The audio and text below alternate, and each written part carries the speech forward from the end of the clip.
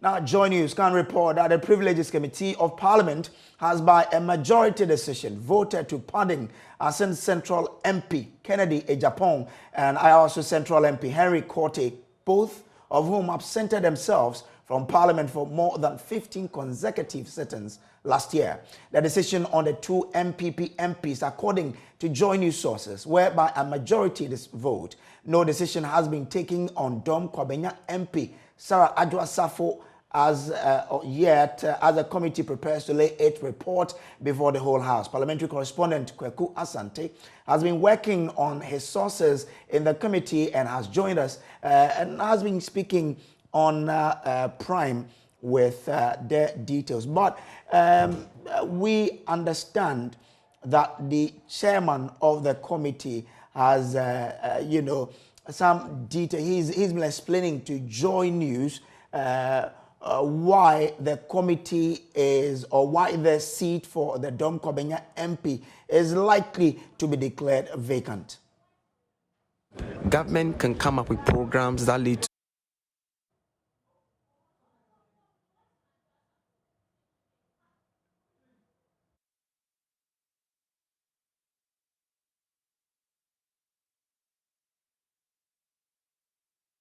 our role is to give her a hearing and to determine whether the explanation she has for being absent for 15 sittings without a permission from the Speaker is reasonable. Let me quote the Constitution so we are all clear. Article 97(1) says, a member of Parliament shall vacate his seat in Parliament, A, upon dissolution of Parliament, or B, if he is elected as Speaker of Parliament, or C, which applies to this case, that he is absent without the permission in writing of the Speaker, and he is unable to offer a reasonable explanation to the Parliamentary Committee on Privileges from 15 sittings of a meeting of Parliament during any period that Parliament has been summoned to meet and continues to meet. So, three things must happen for a member to automatically vacate his or her seat. If the member is absent for 15 sittings without the permission of Mr. Speaker in writing. I think that if government really want to show leadership, government can come up with programs that lead to the Privileges Committee. If these three things happen, then it's automatic. It's not for Parliament to do anything. It is not for the Speaker to do anything. It's not for the committee to do anything. So, in the case of Honorable Member for Dom Kwabena and Adwa-Safo, the Speaker has already determined, by looking at the record and referring to the committee, that you have been absent for 15 sittings. You did not obtain permission in writing from me to be absent. So go to the Privileges Committee. If you have any reasonable explanation why you should not vacate your seat, tell them. Now, we had 4 sittings. The first 3 was to enable her tell us what her explanation was. We've offered her every opportunity that there was. We have advertised, we've sent letters to her registered address in Parliament. We've posted some on her known social media handles. We've advertised in the national newspapers on social media. She did not appear before the committee. So the responsibility is on her to take advantage of the opportunity and explain why she was absent for 15 sittings without permission. She did not take the advantage of the opportunities given her. So her vacation of Parliament is a matter of course. It's automatic. The committee doesn't have to say that leaves, no. Well, one would have thought that the committee, your committee, after this work, will give a direct recommendation, as you've done in the case of the other 2 who appeared before you.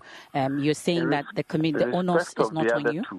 All that our report will say is that they appeared before the committee. They offered explanations. The committee finds the explanation reasonable. So the third. So what would be a typical report for Sarah Adwoa-Safo, who did not, come before the committee? Are you going to say that she did not appear before the committee, so yes, it should be automatic? She should vacate her seat? Of the opportunities given her, she failed or refused to. Okay, so that's the chairman of the committee speaking to my colleague Emefa Appel there. Now let's take you to Parliament and speak to our parliamentary correspondent Kweku Asante, who's joining us on phone. Kweku, what do we know of this? The chairman is telling us that the committee only has to present the report and say that, well, Sarah Adwoa-Safo failed to take the advantage to explain her part. And the law is explicit that once she has not offered any explanation to Parliament, then of course the seat should be declared vacant. Is that what your sources are telling you? Did not come up in the meeting. In fact, the meeting concluded on only the two MPs. In the case of Sarah Adwoa-Safo, they decided to allow the House itself to take some decision, and so this is coming as a surprise to some members of the committee, especially members from the minority side. It's important to lay this context that both sides of the House held certain entrenched views on the committee. When it came to Kennedy Japan, MP for Asin Central and MP for Ayawa Central, Honorable Henry Cote, they actually have to go to a vote, with the minority abstained. Indeed, if they actually participated in the vote, they would have lost because they had 12 members on the committee at the time, while the majority side had 15. So they abstained from the vote because they thought they wanted some more documentation from the two MPs to provide an explanation or medical excuse for why they were not in office. So those two issues have been settled because the committee has voted by majority that their explanation has been reasonable, and just like you heard the chairman of the committee say. On the score of Sarah Adwoa-Safo, the committee decided that because she had failed to avail herself to the committee to come and provide an explanation, even though they had sent invitation through whatever means they could to try and reach her, they were still opening things up for some time to see if she will appear, maybe within the window that within the window that the committee will present the report to Parliament. Maybe something can happen and she will avail herself to be interviewed. That is why even a vote wasn't taken. But I get also that the explanation that the Honourable Chairman is giving, because if you look at the constitutional provision, it is clear that an MP will vacate their seat. The C part of the law, the law says that if she fails to appear before Parliament in 15 consecutive days and also fails to provide a reasonable explanation to the Committee of Privileges. Sarah Adwoa-Safo is an established fact, has not been in Parliament for close to a year now. That is more than the 15 consecutive sittings in a meeting that the Constitution talks about. Okay. But also, she has failed to provide an explanation to the committee. There are those who will argue that she has not failed to provide an explanation because the committee has not been able to reach her, although the committee has been able to send invitation. Who can confirm whether or not Sarah Adwoa-Safo has received the invitations or not? What if the MP has simply not received the invitation, and that is why she has not appeared before the committee? But this will be some sort of legal debate in the coming days, because the committee, either this week, either by the end of this week or next week, will be expected to present their report to Parliament. Mind you, Parliament is rising next week. That is the date they have announced. And so within this period, the report is expected to be laid, and the decision will probably be taken. There are those who think that the report of the Privileges Committee is not even subject to debate. That is the majority side, the majority leader. Mm-hmm. On the day the referral was made, said that whatever decision the Committee of Privileges takes, that is it. The Speaker, on the other hand, and the minority believe that a committee's report or a committee cannot take decisions for the House. And so when they present their report, it must be subject to a debate and the whole House taking a decision. And so in the coming days, all these debates and all these legal issues will flare out, and it's expected that the MP for Dom Kwabenye's issue will be at the center stage brace. So, as of now, we don't know where this will lead us. We don't know whether, in fact, like the chairman said, the clerk of the House should just announce or declare that seat as vacant. That's not Indeed. how we see it from where we are now. Indeed, it cannot even be said so, because actually if you look at today's order paper and the list of MPs who are absent, Sarah Joasafo's name will appear. It appears to me it will be the same story tomorrow. Her name will appear because she's still considered a member of parliament, although she has still not appeared before the House. It's what is left to be seen is which part of the legal argument would hold sway, because there are those with a viewpoint, like the majority leader of state chamber and President Speaker Joseph Osei, who just played his insert, who think that the Privileges Committee's report is final, so to speak. And once they conclude the report and make some recommendation, the House simply adopts it suo motu, just like that. Okay. And there are those like the Speaker. Indeed, on the day he made the referral, it was clear that the report should come back to the House, it will be debated, and the House will take a decision on it like any normal committee works. That is how Parliament works. When a referral is made to a committee, the committee presents their report to the House, then the House will debate the report and decide whether to adopt the report or not. It is left to be seen whether they will adapt the same rules and mechanisms on this call. And so in the coming weeks, or in the coming days, when the Privileges Committee is finished and is presented to Parliament, this will come up. Indeed, let me also say that the minority, like I stated earlier, the minority members of the committee do not go with the Deputy Speaker, the chairman of the committee, in these views. Some of them are telling me that these views are the chairman's view and his alone, and does not reflect that of the committee. But the way Parliament works is also that when the committee finishes its work, it is the chairman and the clerk who authors the report and tell Parliament this is what we agreed on. And so definitely, if this is the views of the Honourable Deputy Speaker, this will be reflected in the report. It will be laid before the House, and then we will see if the Speaker will allow this viewpoint to go or he will challenge it. Interesting days ahead with regards to that particular seat, the Dom Kobenya seat. But moving on to other stories. The Public Utilities Regulatory Commission, PRC, has deferred its tariff announcement for the 2022 to 2027 multi-year major tariff. In a statement issued by the Commission on June 27, 2022, the Commission indicated that the communicated date for the tariff announcement has been deferred to July 15, 2022. So what has caused this postponement, and what will it mean to consumers? We have been joined on Zoom by the Executive Secretary of PRC, Dr. Ishmael Aka. Thank you so much, sir, for your time. What is causing this postponement of announcing the tariff adjustment? Thank you very much, Kojo. So this year's tariff has been a little different. For the first time, we have gone around to verify the projects utilities submitted through their proposals. So that report has been done, and we felt we can come out. But later, we wanted to still interrogate the figures. For instance, there's this policy on land loans government took and gave to Ghana Water, ECG, and others some time ago. And there was this policy in 2015 that these utilities should start paying. So when you look at Ghana Water's proposal, they have stated that they are going to pay that loan. And in fact, if they pay, they are going to require a certain amount of money, which will translate into tariff increment. So what we did was to get to the Ministry of Finance to, one, confirm this, and to get data on this as a policy, so that we can engage Ghana Water, ECG, and others further. So this week, what we've been doing is to meet all utilities. We've already met Enclave Power to confirm some of the figures, to discuss with them some of the things we are taking out.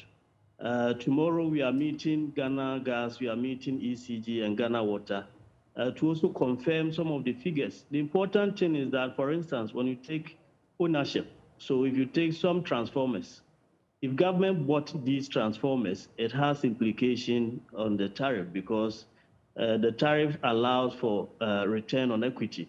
So if government is the owner of the asset, or if government bought the asset, and government says, I'm not taking any return on equity on this asset, it will help reduce the tariff.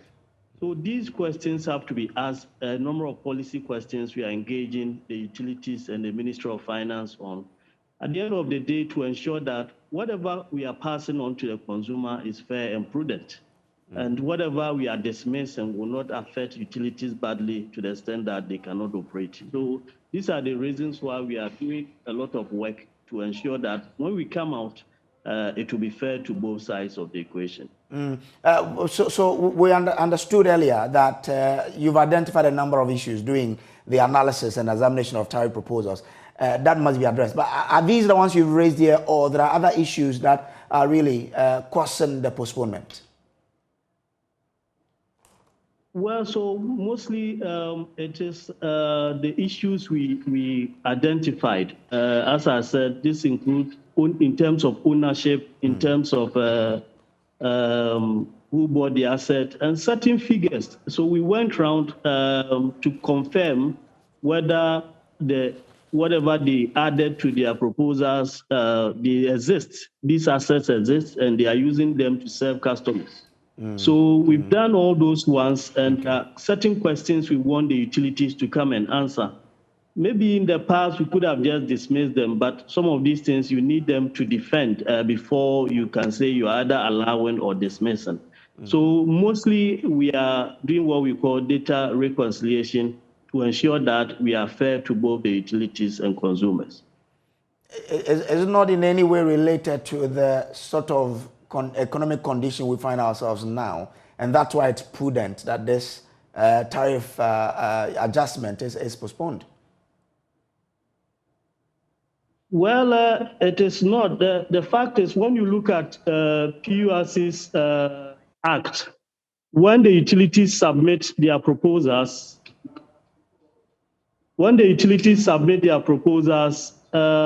we have certain stages, certain processes we go through. We need to allow them to come and defend. We need to do our independent analysis using our model. We need to do a lot of stakeholder engagement. So that is what we've done up to this stage. What we are doing, in addition to all these processes, to ensure that, one, we confirm the figures, and to also make sure what we are passing on is right. Whatever it is, the tariff will come out, whether the economic conditions are bad or they are not bad, because at the end of the day, the utilities will also need to get money to buy gas and other things to produce the power. If we decide not to determine the tariff, they need even the tariff for their own planning. Those who want to go and take loans, they need them too. So if we decide not to come out with a tariff at all, it will have a lot of implication on the utilities and even on some consumers, especially industries, because they also need this for their midterm planning and so many other things. So we need to come out just that we want to make sure that by coming out, we are doing the right thing. So are we to expect that on the 15th of July, the announcement will surely be made? So on the 15th of July, which is tomorrow, the announcement will not be made. As I indicated earlier, tomorrow we are meeting Ghana Gas, ECG, Ghana Water, and NEDCO. That will be our final meeting with them to confirm government loans to them, to confirm figures on depreciation, to confirm some figures on return on equity, and a number of issues we've identified through our project verification and through our analysis. After this meeting, the whole of next week, the Board of Energy Commission. So this work is done. The tariff is done by what we call the technical committee of the board. So after tomorrow's meeting, they will submit their report to the board, and the board will meet next week, after which they will approve and announce the tariff. So we should expect an increment in tariff by then? Well, as I said, I cannot say there will be an increment or there will not be an increment, but when you're looking at a number of factors, because determining the tariff, we look at not just the proposals, but we also look at changes in macroeconomic variables. Inflation, for instance. The previous tariff, the inflation was around 8%. That is what we used. As at this morning, it is around 29%. Exchange rate in the previous tariff, it was around 5 cedi or so. As at today, it is different. So all these factors are considered in addition to PURC's benchmarks and efficiency benchmarks. including the losses level and so many other things. So when you mix all these together, there could be a change in the tariff, but as to what number or whether there will be an increase or not, I cannot mention now. Thank you so much, sir, for joining us. Dr. Ishmael Aka is Executive Secretary for the PURC. Now, moving on to other stories. Majority Leader Osei Mensah Bonsu is suggesting a cut in the number of ministers to 19 to help save the public purse.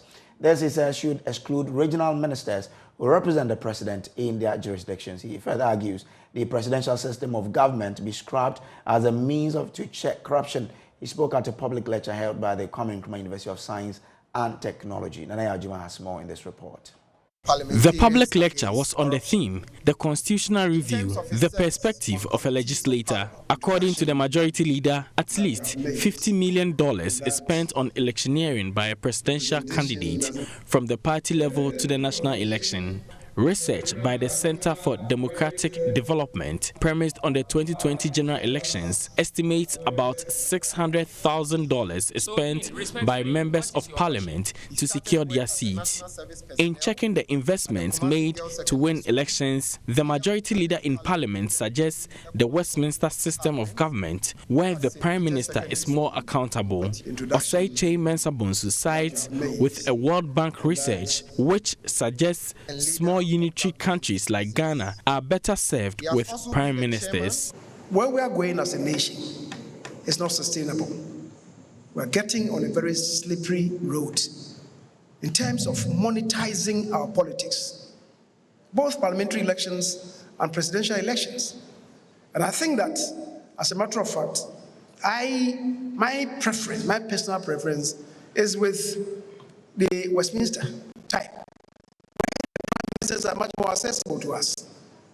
One, and then in terms of expenditures, they spend far, far less in getting themselves elected from the constituencies, right? And that obligation to satisfy sponsors is much, much less. And with that, we'll be able to deal with corruption. And then again, because the Prime Minister is a member of Parliament, peer review should tell you that you can't be a prime minister when I know that before you became a prime minister, you had only one house. And 4 years after becoming a prime minister, you have 10 houses. My friend, where do you get it from? The member of parliament likens the powers conferred on the president to that of a monarch, since he makes over 5,000 appointments to public offices. Mr. Mensah Bonsu believes there should be a review in the constitutional provision. Indeed, any president appoints more than 5,000 officers into public office. We are still counting. This certainly, Professor Chairman, is a monarch that the Constitution has created. The rest of us citizens hold him in awe, and even when he strays, it is difficult to talk straight to him. This arrangement needs to be revisited. It cannot be good for our growth. It cannot be good for the growth of democracy.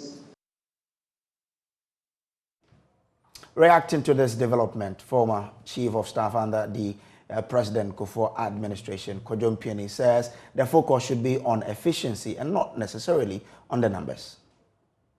Administration to the country. And therefore, I believe that we'd rather look at the cost. How do you reduce the cost? But if you go to set up artificial limit as to a 19, a 20, or whatnot, I think you are limiting. Excuse me. You are limiting the president as to how he must govern the country. You know, the whole world is dynamic and things change.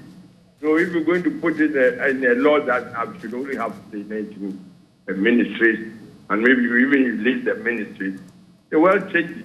So it comes to a time when you say some of the ministries even you may not need, and we have to add another other minister. You then go back and say, let's change the law to bring in these new ministries. I think we must be flexible enough to give the president the power to do these appointments. What we should rather be doing is that making sure that the administration or the cost to the nation of these ministries is not so big. I believe that's the way we should look at it. Because even if you decide to take 19 ministries, the president may decide to set up what the British call Congress and have heads.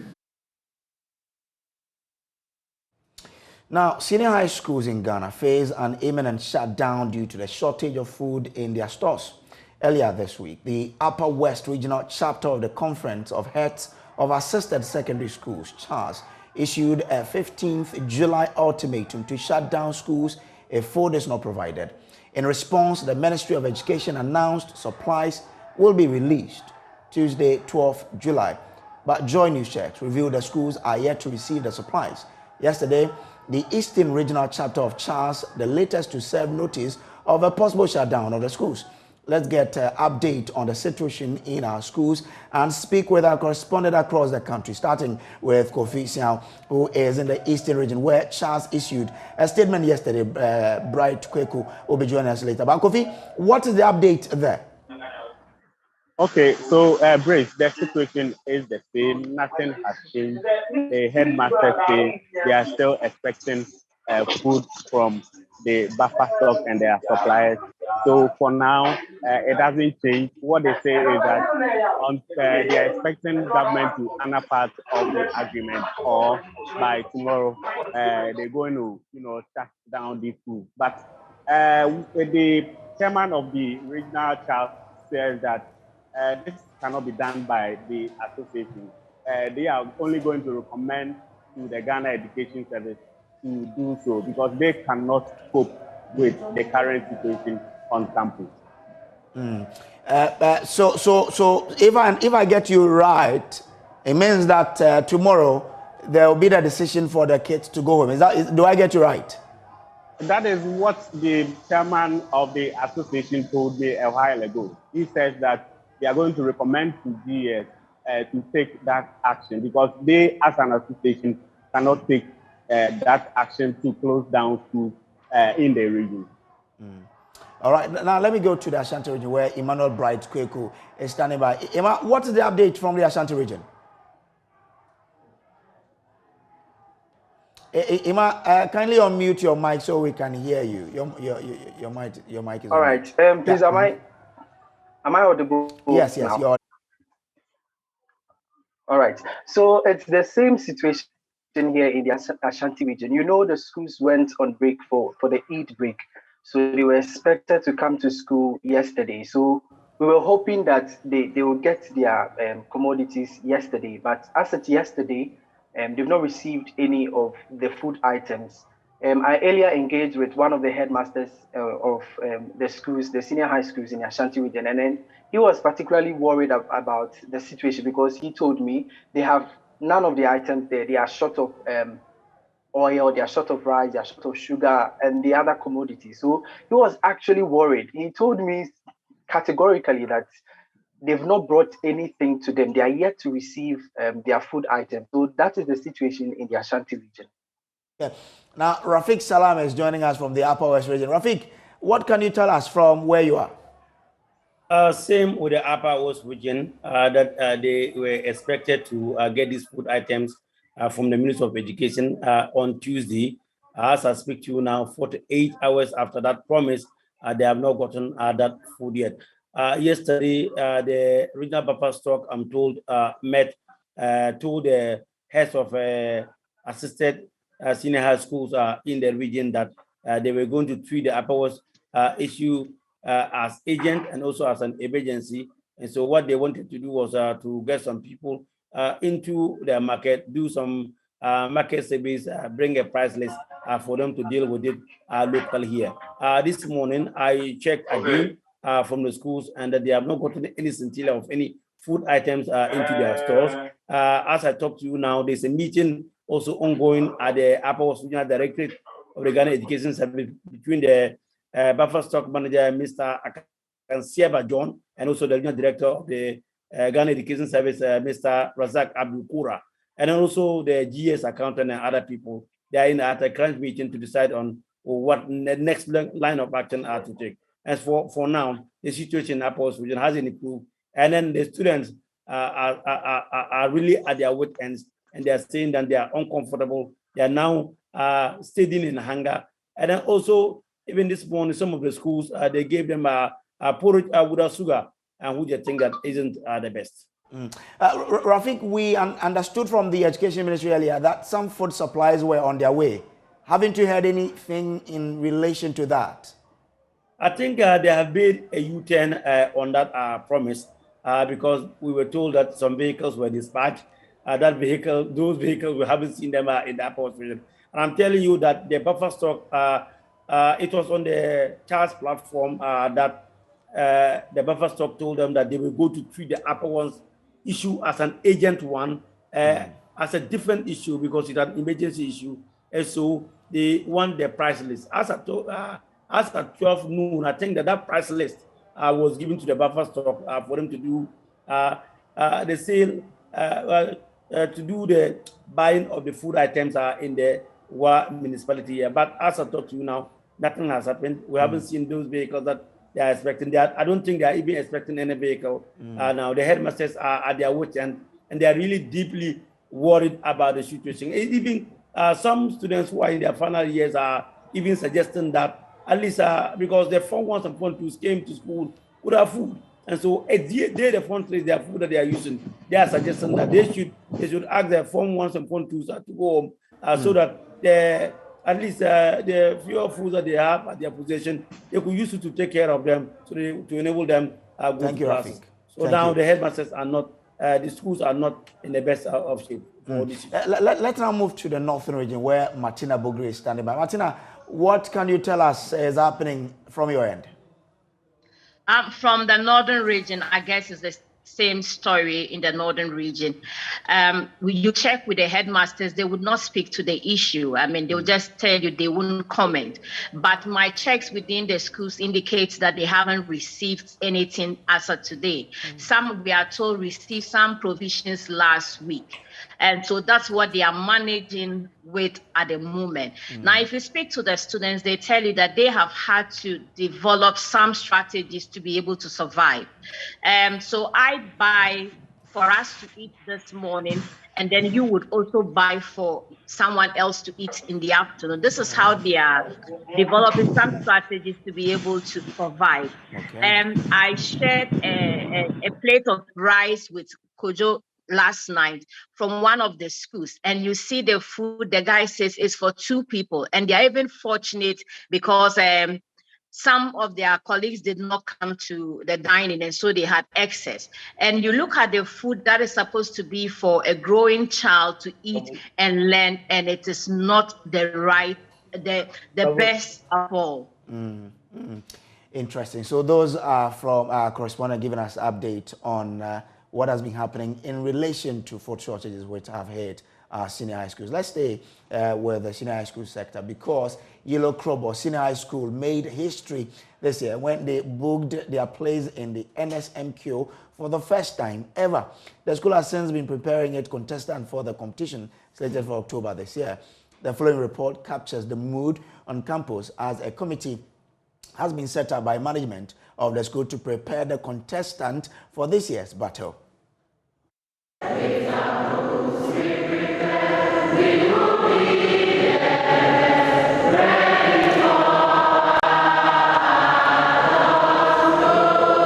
The words of the school's anthem remain a great source of encouragement for students who cannot wait for this year's contest. More than 5 decades in existence, and Yellow Krobo Senior High School is making its first NSMQ appearance this year. This win is for yourself. I'm talking to the contestants, those who went for the regional competition. You won for yourself, you won for the department, you won for the school, you won for the alumni of the school, you also won for the Yellow Krobo and also the Eastern region. I want you to think for a moment, can you imagine what would happen if you could say, wins the National Maths and Science Quiz? We have heads of department, to be precise, the science department, who is Mr. Seth, Mr. Joseph Tekwe, and the mass head of department, who is Frank Bruce Kwabna. And one of the oldest schools in the country. This school was established somewhere in 1964. So it's an old school enough. And currently we have a population of about 3,000.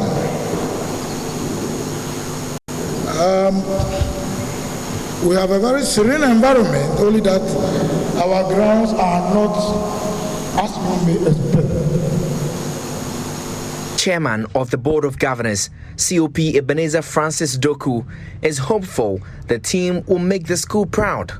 One day they will perform just like Kita School, Presec, Pope John, Opokuware, Prempe, and other schools that we can think of.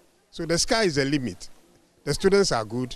They need much preparation and support. Having said this, I will appeal to all old students to come on board, because the schools that I have mentioned got to where they are because the old students were very supportive. We thank the school administration for how far it has brought the school. And I believe that come next year, the school will perform wonders at the national level. For the contestants, it will be a battle to put the school on the map. I'm Bioma for Emmanuel, a contestant of the YKS and SMQ team, and I'm expecting nothing but the best for the team.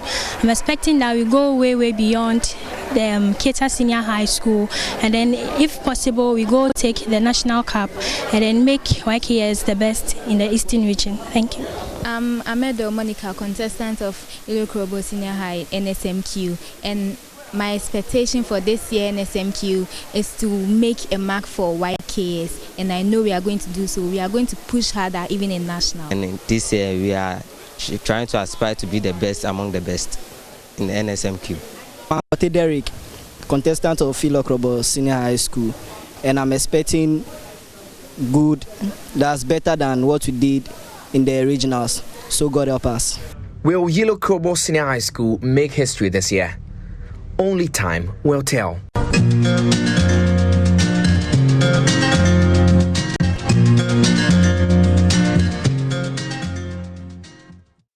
All the best to all the contestants coming up in this competition. Now, residents of Nalerigo, the Northeast Regional Capital, have questioned the authorities why they must continue to pay the sanitation and pollution levy.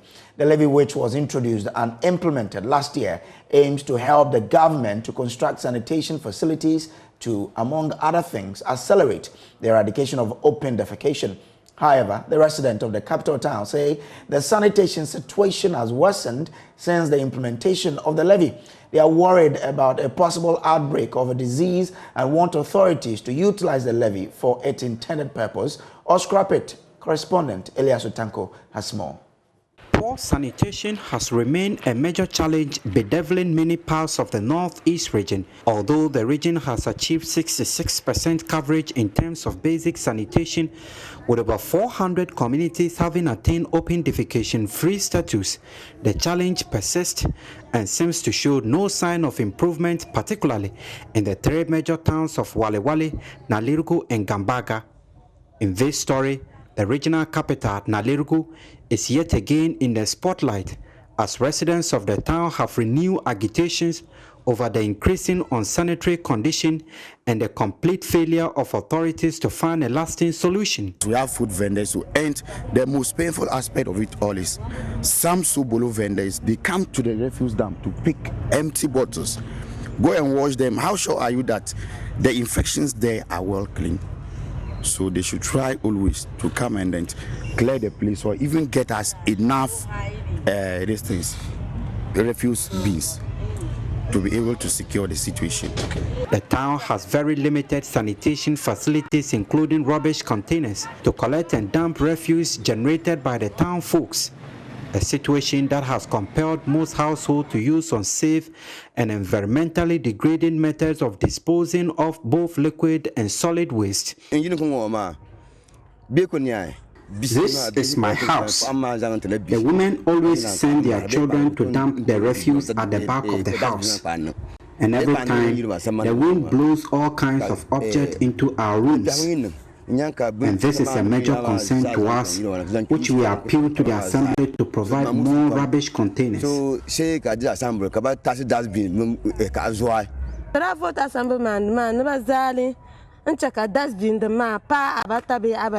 voted for the District Assembly authorities to improve the sanitation situation by providing 3 or 4 refuse bins here. But we are yet to witness any change. So we appeal to them to deliver. Waste is dumped outside homes and in open spaces like this abandoned toilet facility space located along the road to the Baptist Medical Center and a handshaking distance from the palace of the... So what are the regional authorities doing about this situation? Alabira Osman is the Regional Environmental Health Officer and joins us live on Zoom for some answers. Chief, thank you so much. Now, your people are questioning why they have to still pay sanitation levy when nothing is happening. Why is the situation? Why aren't you checking to ensure that sanitation is really enhanced in that part of the country? Hello? Chief, I can hear you. Yeah, you can hear me. Yes. Yeah, so in fact, I'm not qualified to talk about the issue of sanitation levy because the region has no control or do not receive the funds from sanitation levy. The most important thing your people are telling you is that they are not happy with the insanitary conditions in the municipality. What are you doing about it to ensure that people will feel okay to live in those areas and of course to feel that, well, whatever they pay is being used to put to good use? In fact, I'm speaking as a regional officer, not the municipal. If in terms of the management of sanitation, they are responsible. Ours is to monitor and evaluate their performance. Thank you very much. I'm grateful that you could join us to try to explain this issue. The issue is that the people are not happy with how sanitation is in the area and they are calling for some immediate action. We'll bring you some development on this in our subsequent bulletins. But for now, we'll take a quick break to bring you business after. Stay on.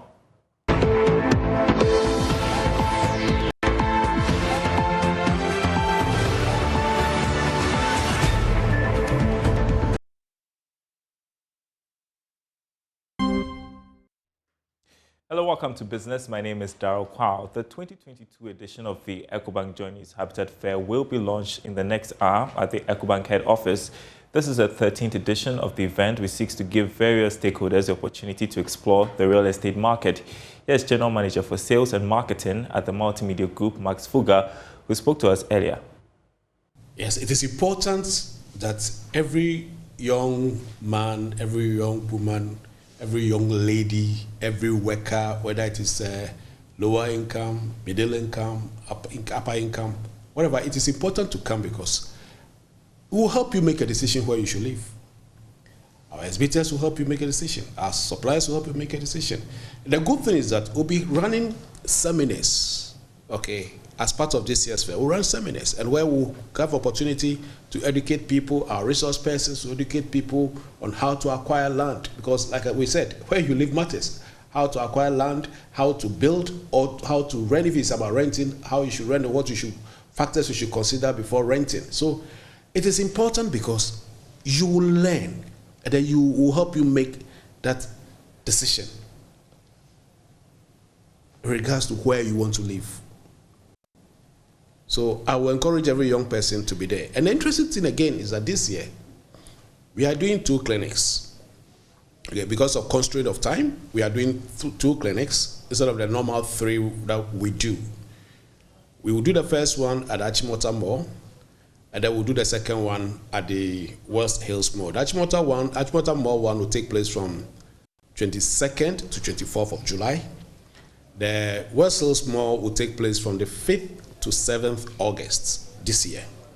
The fair itself will be officially launched tomorrow, Thursday, at the EcoBank headquarters. We'll have the MD of EcoBank and the Chief Operating Officer of Multimedia organizing or launching the products tomorrow. Yes, this year we are organizing clinics. Besides the clinics that are taking place before, we'll have the seminars. So the key factor or the unique thing about this year's fair is that we are going to organize seminars, themed seminars that will educate people and also give people the opportunity to ask questions as to where they want to live and what factors should influence them in choosing the place they want to live. In other news, the issue of rising inflation will not leave us anytime soon. As the Institute of Economic Affairs, IEA is urging government to take overall responsibility for the current crisis. It therefore wants a pragmatic approach to tackle the challenge. Director of Research, Dr. John Kwache, has been speaking at a roundtable discussion on the topic, Rethinking Inflation Management in Ghana. There is more in the following report. Proposing a new approach to address the rising inflation, which hits 27.6 in May 2022, the economic think tank said the government should consider eliminating or reducing numerous fuel taxes and levies, among other measures such as adequate food, to reduce the high demand. Director of Research, Dr. John Kwache, said the government must adopt a realistic strategy to help bring down the rate of inflation. The nature of Ghana's inflation requires concerted efforts by Bank of Ghana and government. Bank of Ghana retains the primary responsibility and autonomy for controlling inflation. In fact, even in major countries such as US and UK, governments have made inflation control a top policy priority and are taking measures to complement their central bank's actions. The same approach is needed here. We don't have to be working in silos. That maybe government is here and Bank of Ghana is here. No, that will not work. They should be working together. Now, government, I think, should take overall responsibility for the inflation crisis, because they are the elected managers of the economy. Nobody should push it on Bank of Ghana. Government should take, responsibility for it and direct Bank of Ghana to carry out its mandate. Dr. Kwache also shed light on the major drivers of inflation so far. The figures also show Ghanaians experience different rates of inflation and different degrees of economic hardship, depending on what goods and services you predominantly consume. Okay, so when the SASCA services inflation is 27.6%, all of us are not experiencing that inflation. Some are experiencing 80%. Some are experiencing 15%. Okay, depending on what you consume most. Again, let me say that we are not in any way suggesting that we have all the answers to managing inflation. We just want to promote a public discourse. Ghana has history of high inflation compared to peers in Africa and elsewhere. In the 1980s and 1990s, inflation was in high double digits. Over the last 20 years, however, inflation declined significantly, along with improvement in general macroeconomic performance. Empirical literature identifies fiscal policy, food and exchange rate as key drivers of Ghana's inflation. That's your business update. Time now for sports. Handing it over to Brace. Thank you very much, Daryl Call. It's now time for us to bring you sports, and the man Joel is already here with the latest from the world of sports. Joel, good morning. Good morning. How are you? I'm doing great. What's on the table? So today, the appeals committee of the Ghana Football Association have thrown out the appeals of both Inter-Allies and also Ashanti Gold on the match fixing issue. It's interesting because two seasons ago, both clubs on match day 34 were alleged to have fixed their match. And it also came out later this year, that was in May, that they were both found guilty of match fixing. Hence, certain punishments were handed to both clubs. We would have to wait and see if they take the case further to CAS, whether the verdict would be given in their favor or not. Can the players leave? Leave in terms of... If I'm a player with Ashgood and I don't want to play in the second division because I'm qualified to play, or my talent is suited for the Premiership, can I leave the club? You can leave if you've not been sanctioned. Okay. Because those that have been sanctioned would have to serve the terms of which the sanction was given. And so those players cannot be moved. What I also heard was there are some of them that have been put on red list on the international police. All right. And so that is where it is right now. Thank you, Joel. And that's it for sport. And that's how we wrap up today's edition of News Desk on the Joy News channel. There's more on myjoyonline.com. My name is Samuel Kojo Brace. We have the Joy Habitat Fair coming up here on the Joy News channel as well. So stay with us for all the shows we have for you on this channel. Good morning.